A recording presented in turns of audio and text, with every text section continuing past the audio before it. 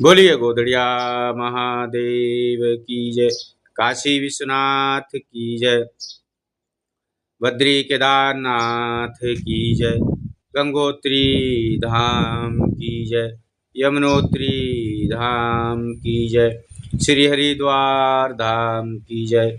श्री वृंदावन धाम की जय। देव डूंगरपुरी जी महाराज की जय। तो आइए मित्रों, आप सभी को प्यार भरा राम राम।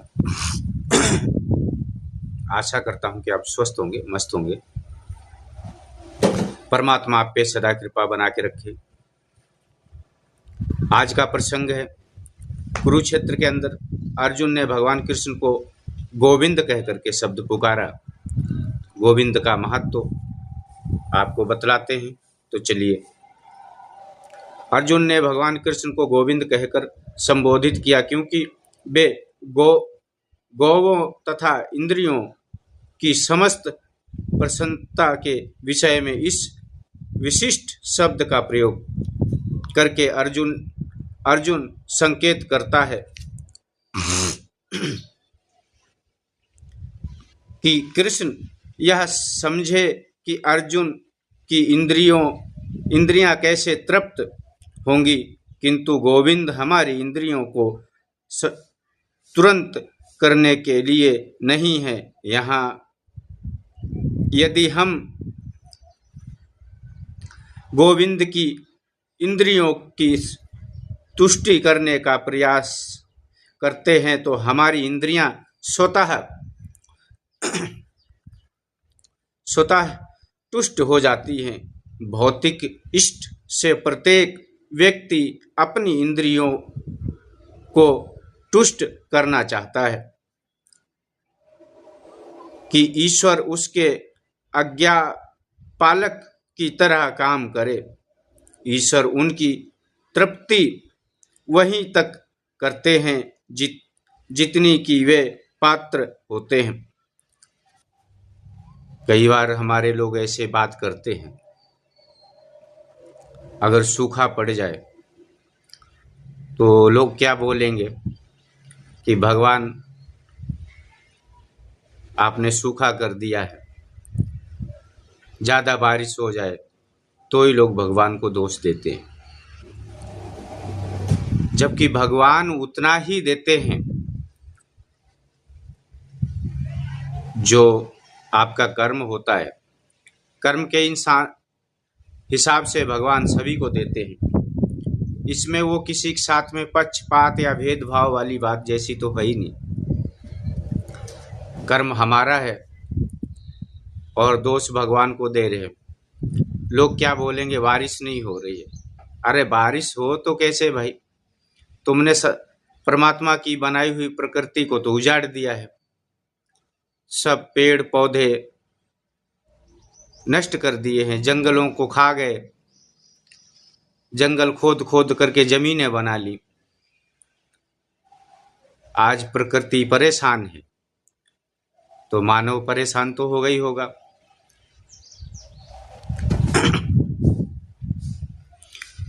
वे पात्र होते हैं उस हद तक नहीं जितना वे चाहते हैं, किंतु जब कोई इसके विपरीत मार्ग ग्रहण करता है,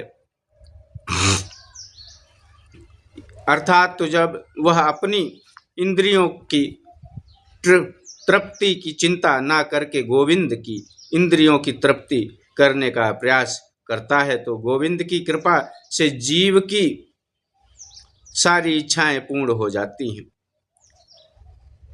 यहाँ तो लोग अपने इंद्रियों के तृप्ति के लिए, अपने भोगों की तृप्ति के लिए कि हे भगवान मेरे गाड़ी हो जाए, हे भगवान मेरे 500 बीघा जमीन हो जाए, हे भगवान मैं मोटा मोटा सेठ हो जाऊं। परंतु जब भगवान के पास जाते हैं तो 2 रुपए चढ़ाने में भी शर्म करते, 2 रुपए की अगरबत्ती भी ले जाने में संकोच करते। भाई जब आप, आज की दुनिया ऐसी हो गई, बिना कुछ खर्च करे अरबपति बनना चाहता है, करोड़पति बनना चाहता है। बाबा के पास जाएंगे, बहुत माथा रगड़ेंगे, बहुत नाक रगड़ेंगे, बोले बाबा मेरे तो ये परेशानी है, बाबा मेरे ऐसी परेशानी है। परंतु ये कोई इच्छा नहीं करता है कि बाबा की परेशानी क्या है, ये कोई जानने की चेष्टा नहीं करता है कि बाप जी के पास है भी कुछ या नहीं है। चलो आज का समाज ही ऐसा है तो क्या कर सकते हैं। है जाति है यहाँ पर, जाति तथा कुटुंबियों के प्रति अर्जुन का प्रगढ़ स्नेह अंतिक रूप से इन सबके प्रति उनकी भाविक करुणा के कारण है, अंतः वह युद्ध करने के लिए तैयार नहीं है। हर व्यक्ति अपने वैभव का प्रदर्शन अपने मित्रों तथा परिजनों के साथ समक्ष करना चाहता है। हर मनुष्य एक दूसरे को अपना वैभव, बड़प्पन दिखाने के चक्कर में पड़ा है। सामने वाला अगर कोई पैसे वाला है, एक कोई थोड़ा गरीब है, उससे थोड़ा 19-20 का फर्क है, तो उसको अपना वैभव दिखाएगा कि मेरे ये है, मेरे वो है। यहाँ सब दुनिया में अपना अपना वैभव दिखाने के लिए एक दूसरे के लिए पड़े। सहारा कोई किसी का नहीं बनता। यदि आप उठ रहे हैं तो आपकी टांग खींचेंगे। आप अगर सीढ़ी बाई सीढ़ी चढ़ते जा रहे हैं ईमानदारी से, तो लोगों का काम क्या है, बोले वो जलन हो जाती, बोले यार ये क्यों आगे बढ़ गया है, ये हमारे बराबर खड़ा हो जाएगा कल को तो फिर हो सकता है हमसे आगे भी हो जाए, तो फिर मुझे इसके नीचे झुक बैठना पड़ेगा। चाहता है, किंतु अर्जुन को भय है कि उसके सारे मित्र तथा परिजन युद्ध भूमि में मारे जाएंगे और वह विजय के पश्चात उनके साथ अपने वैभव का उपयोग नहीं कर सकेगा। अर्जुन को सिर्फ चिंता इस बात की, अब भाई जैसे अपने होते ना परिवार में, तो खुशी मनाते हैं, खूब बेटा हो, बेटी हो, बाप हो, जब धन कमा के लाता है तो पूरा परिवार मिलकर के खुशी मनाता है कामयाबी की, यार दोस्त रिश्तेदार। और जब परिवार में सब मारे जाएं और उसके बाद में आपको प्रधानमंत्री बना दिया जाए, यदि आपको प्रधानमंत्री बनने के लिए कीमत चुकानी पड़े कि पूरा कुटुंब नाश कर दो और फिर आपको प्रधानमंत्री बना देते, तो आपको कैसा फील होगा? आप भी यही बात सोचेंगे कि ऐसे प्रधानमंत्री का फायदा ही क्या है जब मेरा अपना कुटुंब ही नहीं रहेगा। तो ये सब इतना बड़ा तामझाम रचा के क्या करेंगे और किसके लिए करेंगे? भाई पूरी दुनिया तो साधु नहीं है ना। अर्जुन भगवान का सखा था, पुण्य आत्मा था, पर साधु नहीं था, वो राजा था। उसकी सोच तो एक संसारिक थी। हाँ, एक साधु ये बात सोच सकता है कि मुझे किसके लिए जीना है, मुझे किसके लिए वैभव इकट्ठा करना है, मुझे क्या करना, सारा संसार त्याग दिया, अभी इसकी क्या जरूरत है।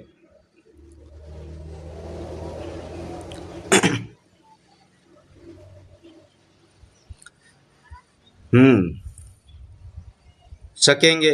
और भौतिक जीवन का यह सामान्य खेल खोज है, किंतु आध्यात्मिक जीवन इससे सर्वथा भिन्न होता है, क्योंकि भक्त भगवान की इच्छाओं की पूर्ति करना चाहता है। अंततः भगवत इच्छा होने पर वह भगवान की सेवा के लिए सारे ऐश्वर्य स्वीकार कर सकता है। जब एक भगत अपने परमात्मा को खुश करने के लिए, उनको राजी करने के लिए, मनाने के लिए मीराबाई ने क्या किया, गिरधर गोपाल को जो खुश करने के लिए उन्होंने नृत्य किया, एक राजकुमारी होकर के, एक राजा की पुत्री होकर के। मेवाड़ में मीरा जी का बहुत सुंदर स्थान बना है। एक बार मैं वहाँ जाके आया हूँ। मेवाड़ में जो मीरा जी का जन्मभूमि है, बहुत पवित्र जगह है। दर्शन करके आदमी धन्य हो जाए, ऐसा पवित्र जगह है। तो मीरा जी ने क्या किया, नाच नाच करके, कूद कूद करके और भगवान को प्रसन्न किया। तो इसी प्रकार से जब संसार का मोह जब टूट जाता है तो अपने ईश्वर को खुश करने के लिए अनेकों प्रकार से परमात्मा को रिझाने के लिए अगर प्रयत्न करता है तो परमात्मा एक ना एक दिन अवश्य उसको दर्शन देता है। आवश्यकता हो तो अर्जुन की इच्छा थी कि श्री कृष्ण स्वयं उनका वध करके, इस समय उसे यह पता नहीं है कि कृष्ण उन सबको युद्ध भूमि में आने के पूर्व ही मार चुके हैं। हालांकि अर्जुन ऐसा चाहता था कि मेरे को नहीं मारना पड़े, और भगवान कृष्ण इनको स्वयं ही, ये तो भगवान है, एक झटके में मार सकते, इनको मार करके ताकि मैं अपजस से बच जाऊं। पर अर्जुन को इस बात की भनक भी नहीं थी। अर्जुन को कहाँ खबर थी कि भाई ये तो सब पहले मरे हुए, ये तो उसी दिन मर गए थे जिस दिन हमारा राज हड़पा, हमारे साथ कूटनीतियां करी, पूर्व ही मर चुके हैं, और उस समय निमित्त मात्र बना है। इसका उद्घाटन अगले अध्याय में होगा। अर्जुन तो एक निमित्त मात्र था, वो तो काल के गाल में पहले ही समा गए थे। आज भी वही चल रहा है। हम जब कोई अच्छा कार्य करते हैं तो वही जीवन है, और जिस दिन हमने अपना पहला पग गलत कर्मों में या गलत रास्ते में रख दिया तो परमात्मा की नज़र में उसी दिन से वो मर गया। उसका ज़्यादा शेष समय नहीं है, ज़्यादा शेष समय नहीं रहता है, हो जाता उसका काम। कहते हैं ना, परमात्मा की लाठी में आवाज नहीं होती।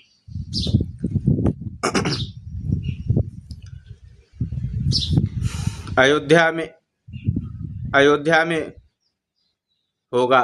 भगवान का असली भक्त होने के कारण अर्जुन अपने अत्याचारी बंधु बांधवों से प्रतिशोध नहीं लेना चाहता है, किंतु यह तो भगवान की योजना थी कि उसका वध हो। भगवत दुष्टों से प्रतिशोध नहीं लेना चाहते हैं। भगवान डायरेक्ट किसी को नहीं मारते। आज तक आपने कभी सुना है कि भगवान ने उसको मार दिया?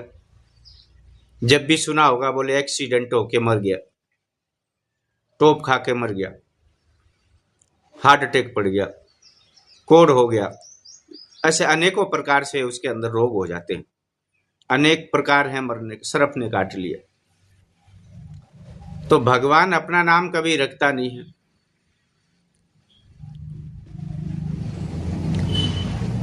भगवान ने एक बात कही थी कि मेरा मान टले टल जाए, भक्त का मान न टलने दूंगा। भगवान कृष्ण ने जब द्रौपदी आशीर्वाद लेने के लिए गई थी, अर्जुन का जीवन मांगने के लिए, तो जब आशीर्वाद दे दिया भगवान ने, भीष्म पितामह ने, तो जो भीष्म पितामह को पता चले, बोले छलिया सब तेरा ही काम है, तूने ऐसा करवा दिया। अब मैं इसको मारने की भी प्रतिज्ञा ले चुका हूं और तुमने इसके जीवन दान की भी हमसे आशीर्वाद दिलवा दिया। तब वहां पे कहा है कि मेरा मान टले टले जाए, मेरा मान टले टले जाए, भक्त का मान न टलने दूंगा।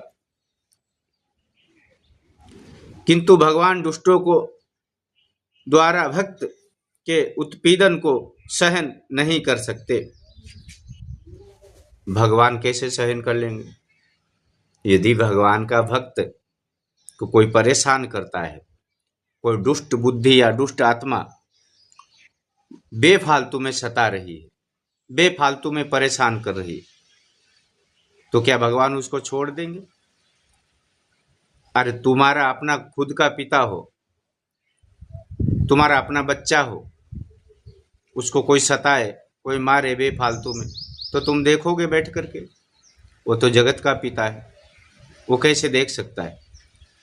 किसी निर्दोष को सताना, किसी निर्दोष को परेशान करना, एक ना एक दिन वो हाय लेकर के डूबेगी जरूर, इसमें कोई संदेह वाली बात नहीं। उत्पीड़न नहीं सह सकता, सह पाते। भगवान किसी भी व्यक्ति को अपनी इच्छा से क्षमा कर सकते हैं, किंतु यदि कोई उनके भक्त को हानि पहुंचाता है तो वे उसे क्षमा नहीं करते। भगवान को एक बार कोई कुछ बोलता है तो भगवान क्षमा कर देते। जब एक बार भगवान विष्णु सो रहे थे नींद में अपनी शेष शैया पे, तो एक ऋषि थे, उनका नाम हमको ध्यान नहीं है इस समय, तो वो इतने क्रोधित हुए, उन्होंने जाकर के सीधे भगवान की छाती पे लात मारी। भगवान ने ब्राह्मण के पग सहलाए, बोले देवता तुम्हारे कहीं चोट तो नहीं लगी?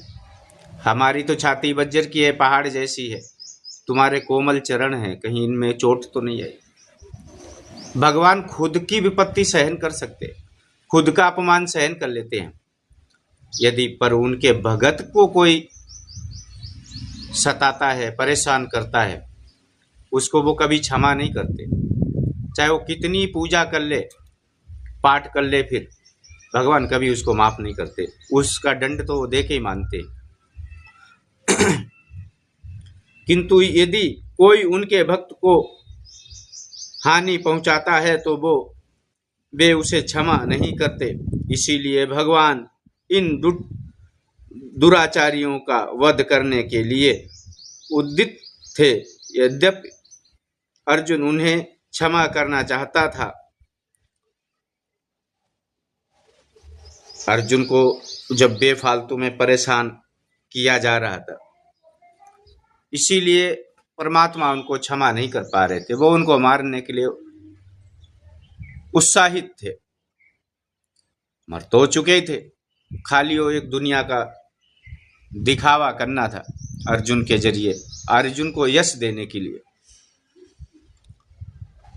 क्योंकि परमात्मा हमेशा सेवक के साथ होता है,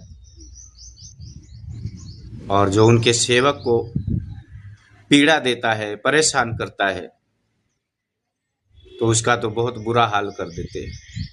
इसीलिए यदि आप किसी को 2 रोटी खिला नहीं सकते तो आप उसका बुरा भी मत करिए, नहीं तो समय की मार बहुत तगड़ी पड़ती है।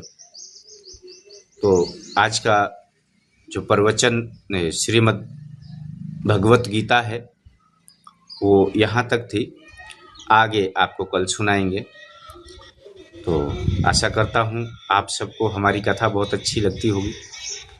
तो आगे ऐसे ही आप वीडियो ज़्यादा से ज़्यादा देखें और पूरा वीडियो देखें, और जिन्होंने सब्सक्राइब नहीं किया है वो सब्सक्राइब कर दें, जिन्होंने लाइक नहीं किया है वो लाइक कर दें, कमेंट भी करें, ताकि हमारे कोई त्रुटि हो, कोई आपका विचार हो, कोई सुझाव हो तो हम तक अवश्य पहुंचाएं, ताकि हम अपने उन त्रुटियों को संभाल सकें और आपके विचारों को भी पढ़ सकूं।